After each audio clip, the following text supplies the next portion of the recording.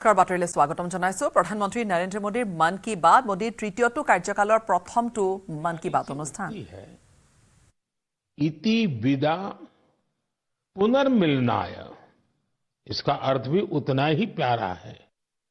मैं विदा लेता हूं फिर मिलने के लिए। इसी भाव से मैंने फरवरी में आपसे कहा था कि चुनाव नतीजों के बाद फिर मिलूंगा, और आज मन की बात के साथ मैं आपके बीच फिर हाजिर हूं। उम्मीद है आप सब अच्छे होंगे, घर में सबका स्वास्थ्य अच्छा होगा। और अब तो मानसून भी आ गया है, और जब मानसून आता है तो मन भी आनंदित हो जाता है। आज से फिर एक बार हम मन की बात में ऐसे देशवासियों की चर्चा करेंगे जो अपने कामों से समाज में, देश में बदलाव ला रहे हैं। हम चर्चा करेंगे हमारी समृद्ध संस्कृति की, गौरवशाली इतिहास की और विकसित भारत के प्रयास की। साथियों, फरवरी से लेकर अब तक जब भी महीने का आखिरी रविवार आने को होता था, तब मुझे आपसे इस संवाद की बहुत कमी महसूस होती थी। लेकिन मुझे ये देखकर बहुत अच्छा भी लगा कि इन महीनों में आप लोगों ने मुझे लाखों संदेश भेजे। मन की बात रेडियो प्रोग्राम भले ही कुछ महीने बंद रहा हो, लेकिन मन की बात का जो स्पिरिट है, देश में, समाज में हर दिन अच्छे काम, निस्वार्थ भावना से किए गए काम, समाज पर पॉजिटिव असर डालने वाले काम निरंतर चलते रहे। चुनाव की खबरों के बीच निश्चित रूप से मन को छू जाने वाली ऐसी खबरों पर आपका ध्यान गया होगा। साथियों, मैं आज देशवासियों को धन्यवाद भी करता हूं कि उन्होंने हमारे संविधान और देश की लोकतांत्रिक व्यवस्थाओं पर अपना अटूट विश्वास दोहराया है। 24 का चुनाव दुनिया का सबसे बड़ा चुनाव था। दुनिया के किसी भी देश में इतना बड़ा चुनाव कभी नहीं हुआ, जिसमें 65 करोड़ लोगों ने वोट डाले हैं। मैं चुनाव आयोग और मतदान की प्रक्रिया से जुड़े हर व्यक्ति को इसके लिए बधाई देता हूं। मेरे प्यारे देशवासियों, आज 30 जून का यह दिन बहुत ही महत्वपूर्ण है। इस दिन को हमारे आदिवासी भाई बहन हूल दिवस के रूप में मनाते हैं। यह दिन वीर सिद्धो कान्हू के अदम्य साहस से जुड़ा है, जिन्होंने विदेशी शासकों के अत्याचार का पुरजोर विरोध किया था। वीर सिद्धो कान्हू ने हजारों संथाली साथियों को एकजुट करके अंग्रेजों का जी जान से मुकाबला किया। और जानते हैं ये कब हुआ था? ये हुआ था 1855 में, यानी ये 1857 में भारत के प्रथम स्वतंत्रता संग्राम से भी 2 साल पहले हुआ था। तब झारखंड के संथाल परगना में हमारे आदिवासी भाई बहनों ने विदेशी शासकों के खिलाफ हथियार उठा लिया था। हमारे संथाली भाई बहनों पर अंग्रेजों ने बहुत सारे अत्याचार किए थे, उन पर कई तरह के प्रतिबंध भी लगा दिए थे। इस संघर्ष में अद्भुत वीरता दिखाते हुए वीर सिद्धो और कान्हू शहीद हो गए। झारखंड की भूमि के इन अमर सपूतों का बलिदान आज भी देशवासियों को प्रेरित करता है। आइए सुनते हैं संथाली भाषा में इन्हें समर्पित एक गीत का अंश।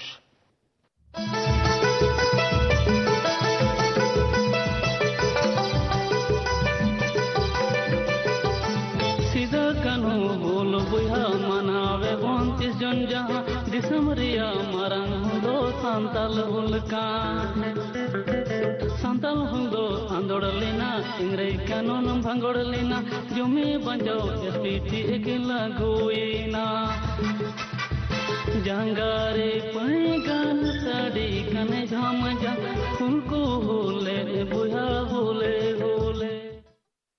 मेरे प्यारे साथियों, अगर मैं आपसे पूछूं कि दुनिया का सबसे अनमोल रिश्ता कौन सा होता है, तो आप जरूर कहेंगे मां। हम सबके जीवन में मां का दर्जा सबसे ऊंचा होता है। मां हर दुख सहकर भी अपने बच्चे का पालन पोषण करती है। हर मां अपने बच्चे पर हर स्नेह लुटाती है। जन्मदात्री मां का ये प्यार हम सब पर एक कर्ज की तरह होता है जिसे कोई चुका नहीं सकता। मैं सोच रहा था, हम मां को कुछ दे तो सकते नहीं, लेकिन और कुछ कर सकते हैं क्या? इसी सोच में से इस वर्ष विश्व पर्यावरण दिवस पर एक विशेष अभियान शुरू किया गया है। इस अभियान का नाम है एक पेड़ मां के नाम। मैंने भी एक पेड़ अपनी मां के नाम लगाया है। मैंने सभी देशवासियों से, दुनिया के सभी देशों के लोगों से ये अपील की है कि अपनी मां के साथ मिलकर या उनके नाम पर एक पेड़ जरूर लगाएं। और मुझे ये देखकर बहुत खुशी है कि मां की स्मृति में या उनके सम्मान में पेड़ लगाने का अभियान तेजी से आगे बढ़ रहा है। लोग अपनी मां के साथ या फिर उनकी फोटो के साथ पेड़ लगाने की तस्वीरों को सोशल मीडिया पर साझा कर रहे हैं। हर कोई अपनी मां के लिए पेड़ लगा रहा है, चाहे वो अमीर हो या गरीब, चाहे वो कामकाजी महिला हो या गृहिणी। इस अभियान ने सबको मां के प्रति अपना स्नेह जताने का समान अवसर दिया है। वो अपनी तस्वीरों को #PlantForMother और एक पेड़ मां के नाम इसके साथ साझा करके दूसरों को प्रेरित कर रहे हैं। साथियों, इस अभियान का एक और लाभ होगा। धरती भी मां के समान हमारा ख्याल रखती है। धरती मां ही हम सबके जीवन का आधार है। इसलिए हमारा भी कर्तव्य है कि हम धरती मां का भी ख्याल रखें। मां के नाम पेड़ लगाने के अभियान से अपनी मां का सम्मान तो होगा ही होगा, धरती मां की भी रक्षा होगी। पिछले एक दशक में भारत में सबके प्रयास से वन क्षेत्र का अभूतपूर्व विस्तार हुआ है। अमृत महोत्सव के दौरान देश भर में 60,000 से ज्यादा अमृत सरोवर भी बनाए गए हैं। अब हमें ऐसे ही मां के नाम पर पेड़ लगाने के अभियान को गति देनी है।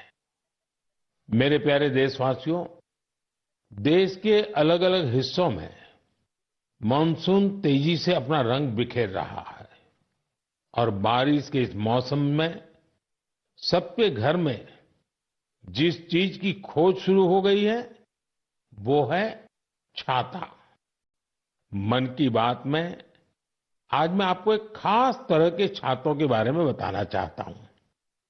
ये छाते तैयार होते हैं हमारे केरला में। वैसे तो केरला की संस्कृति में छातों का विशेष महत्व है। छाते वहां कई परंपराओं और विधि विधान का अहम हिस्सा होते हैं। लेकिन मैं जिस छाते की बात कर रहा हूं वो है कार्थुम्बी छाते। और इन्हें तैयार किया जाता है केरला के अट्टापडी में। ये रंग बिरंगे छाते बहुत शानदार होते हैं और खासियत ये कि इन छातों को केरला की हमारी आदिवासी बहनें तैयार करती हैं। आज देश भर में इन छातों की मांग बढ़ रही है। इनकी ऑनलाइन बिक्री भी हो रही है।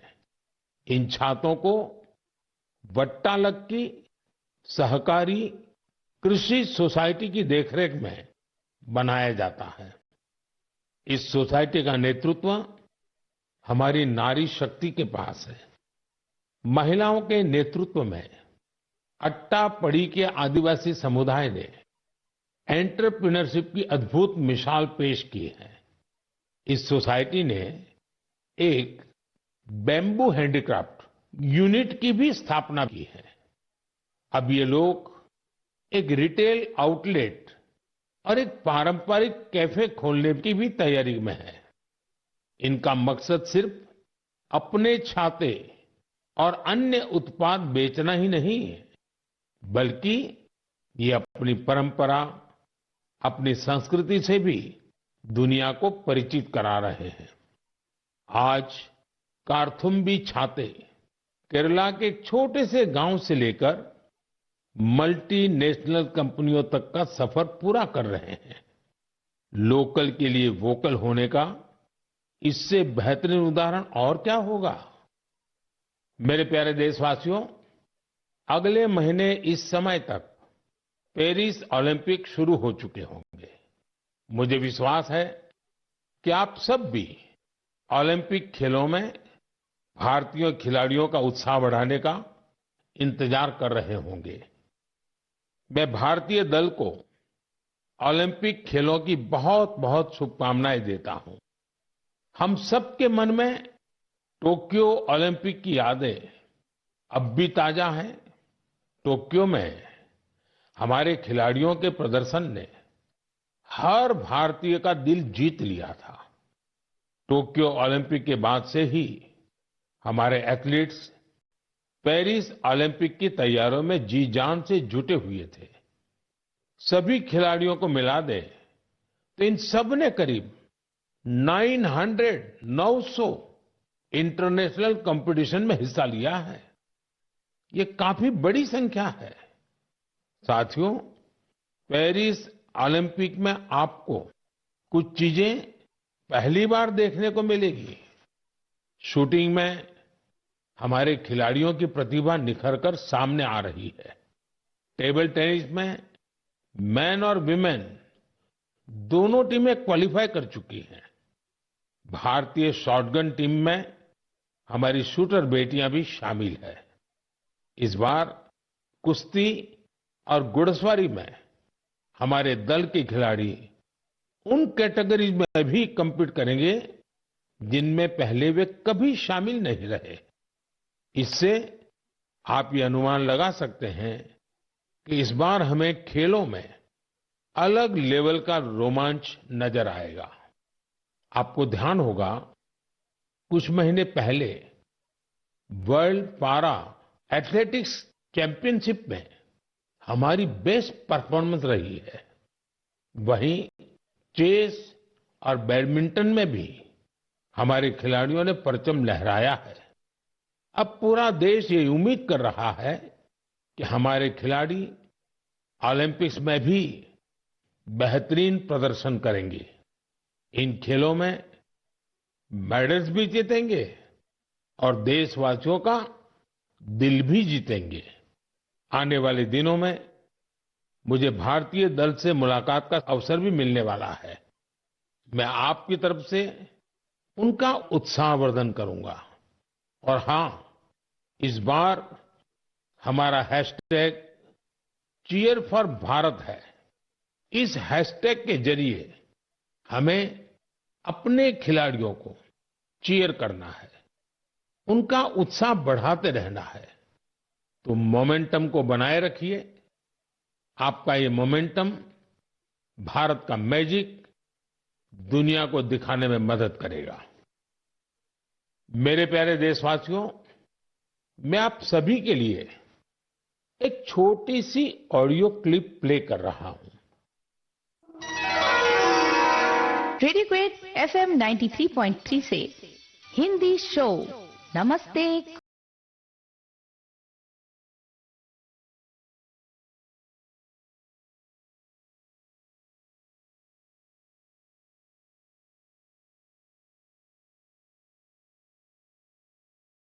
कार्यक्रम जिसमें हम बात करेंगे कुवैत भारत संबंध के बारे में, कुवैत भारत संस्कृति के बारे में और उस रिश्ते के बारे में जो दोनों देशों को अलग अलग क्षेत्रों में जोड़ता है। इस रेडियो कार्यक्रम को सुनकर आप भी हैरत में पड़ गए ना? तो आइए आपको इसके पीछे की पूरी बात बताते हैं। दरअसल ये कुवैत रेडियो के एक प्रसारण की क्लिप है। अब आप सोचेंगे कि बात हो रही है कुवैत की, तो वहां हिंदी कहां से आ गई? दरअसल कुवैत सरकार ने अपने नेशनल रेडियो पर एक विशेष कार्यक्रम शुरू किया है और वो भी हिंदी में। कुवैत रेडियो पर हर रविवार को इसका प्रसारण आधे घंटे के लिए किया जाता है। इसमें भारतीय संस्कृति के अलग अलग रंग शामिल होते हैं। हमारी फिल्में और कला जगत से जुड़ी चर्चाएं वहां भारतीय समुदाय के बीच बहुत लोकप्रिय हैं।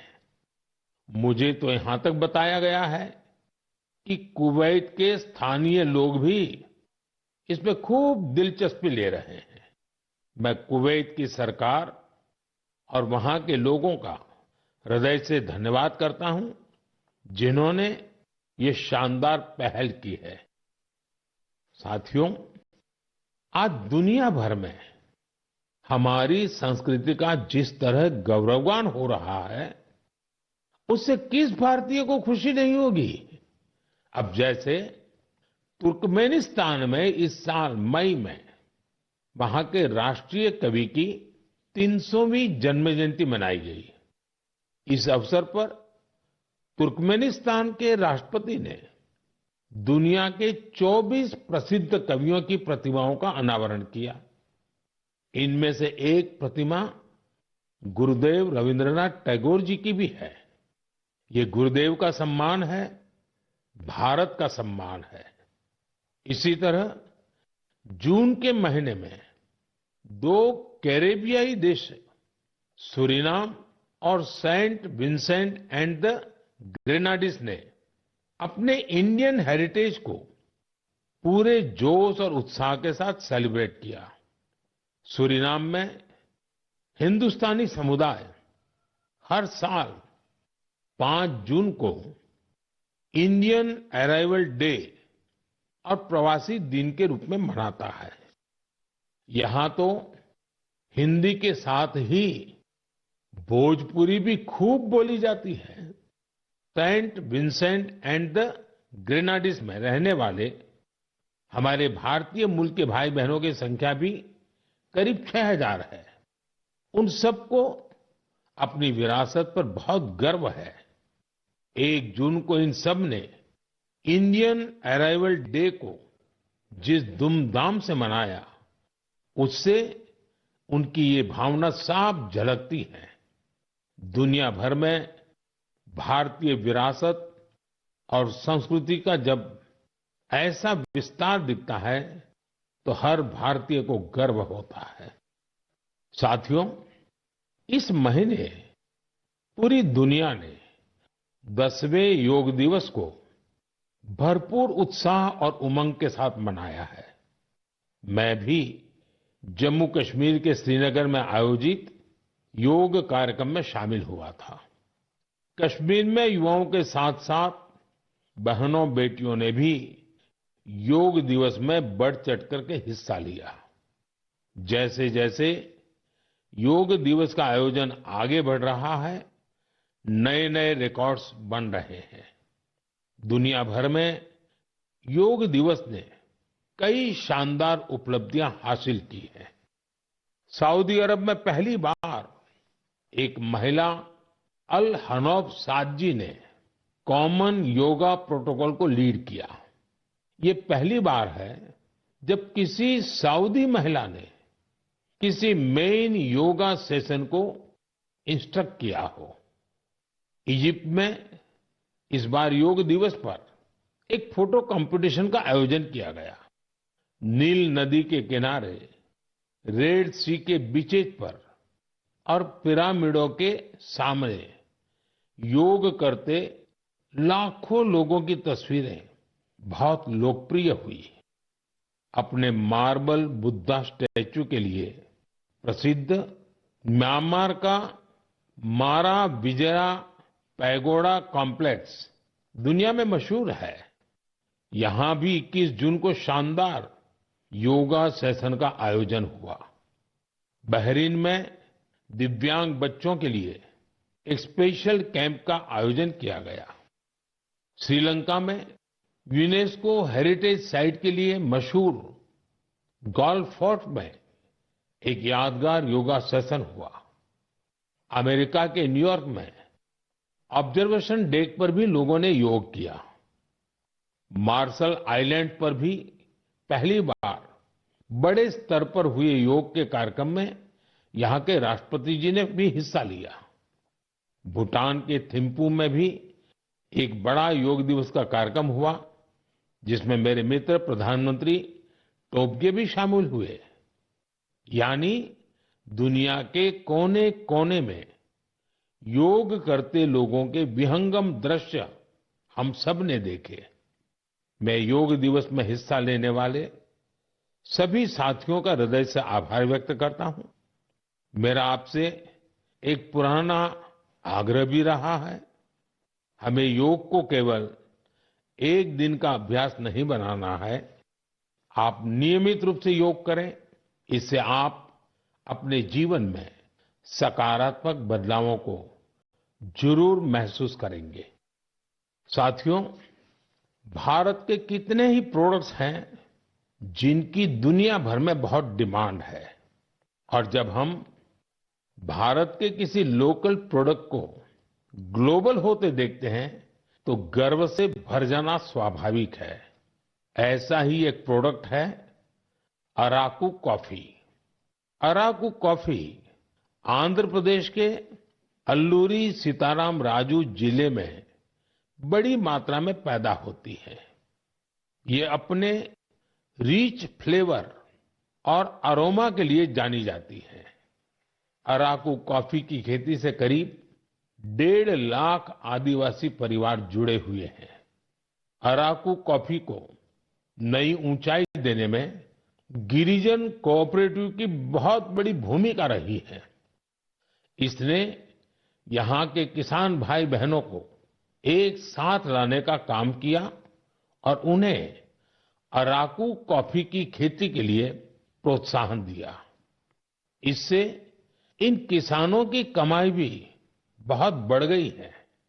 इसका बहुत लाभ कोंडा डोरा आदिवासी समुदाय को भी मिला है। कमाई के साथ साथ उन्हें सम्मान का जीवन भी मिल रहा है। मुझे याद है एक बार विशाखापत्तनम में आंध्र प्रदेश के मुख्यमंत्री चंद्रबाबू नायडू गारू के साथ मुझे इस कॉफी का स्वाद लेने का मौका मिला था। इसके टेस्ट की तो पूछिए ही मत, कमाल की होती है ये कॉफी। अराकू कॉफी को कई ग्लोबल अवार्ड्स मिले हैं। दिल्ली में हुई G20 समिट में भी कॉफी छाई हुई थी। आपको जब भी अवसर मिले आप भी अराकू कॉफी का आनंद जरूर लें। साथियों, लोकल प्रोडक्ट को ग्लोबल बनाने में हमारे जम्मू कश्मीर के लोग भी पीछे नहीं हैं। पिछले महीने जम्मू कश्मीर ने जो कर दिखाया है वो देश भर के लोगों के लिए भी एक मिसाल है। यहाँ के पुलवामा से स्नो पीज की पहली खेप लंदन भेजी गई। कुछ लोगों को ये आइडिया सूझा कि कश्मीर में उगने वाली एक्सोटिक वेजिटेबल्स को क्यों न दुनिया के नक्शे पर लाया जाए। बस फिर क्या था, चकुरा गांव के अब्दुल राशिद मीर जी इसके लिए सबसे पहले आगे आए।